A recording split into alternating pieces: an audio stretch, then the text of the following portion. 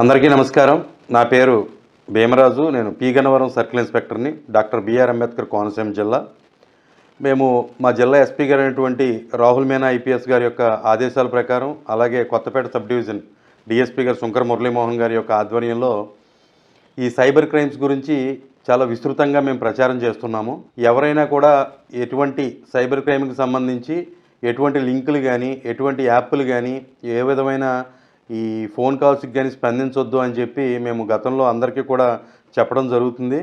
అన్ని స్కూల్స్లోనూ, కాలేజెస్లోనూ, అలాగే ఏదైనా మీటింగ్స్ జరుగుతున్నప్పుడు ఆ మీటింగ్స్లో కూడా మేము వాళ్ళతో కూడా కలిసి అక్కడ మీటింగ్ కండక్ట్ చేసి మేము చెప్పడం జరుగుతుంది. అయినా సరే ఈ సైబర్ క్రైమ్ పట్ల ప్రజలు ఎవరికి కూడా సరైన పూర్తి స్థాయిలో ఇంకా అవగాహన రాలేదు అనడానికి నిన్న మా సర్కిల్లో మన నగరం పోలీస్ స్టేషన్ పరిధిలో జరిగిన ఒక కేసే దీనికి ఉదాహరణ. ఈ కేసులో ఉన్నది ఒక టీచర్ గారు. ఆ టీచర్ గారు ఫేస్బుక్ను స్క్రోల్ చేస్తున్నప్పుడు ఒక లింక్ ఒకటి కనిపించింది. ఆ లింక్ని క్లిక్ చేశారు.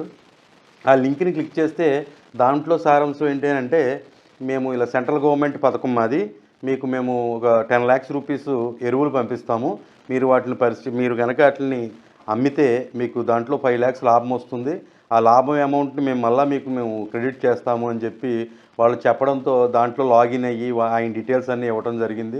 వాళ్ళు ఏదో బ్యాంక్ అకౌంట్లు పెడితే దానికి దఫదఫాలుగా అమౌంట్ కొడుతూ సుమారుగా 24 లక్షల రూపాయలు అమౌంట్ని దాంట్లో కొట్టడం జరిగింది. ఈ విధంగా చదువుకొని పిల్లలకి ఇంకా మార్గదర్శకంగా ఇంకా ముందుకు అందరికీ సమాజానికి, సొసైటీకి చెప్పాల్సిన వాళ్ళు కూడా దురదృష్టవశాత్తు ఈ సైబర్ నేర, ఈ క్రైమ్ పట్ల బాధితులుగా మారటం కొంత ఆందోళన చెందాల్సిన విషయం ఇది.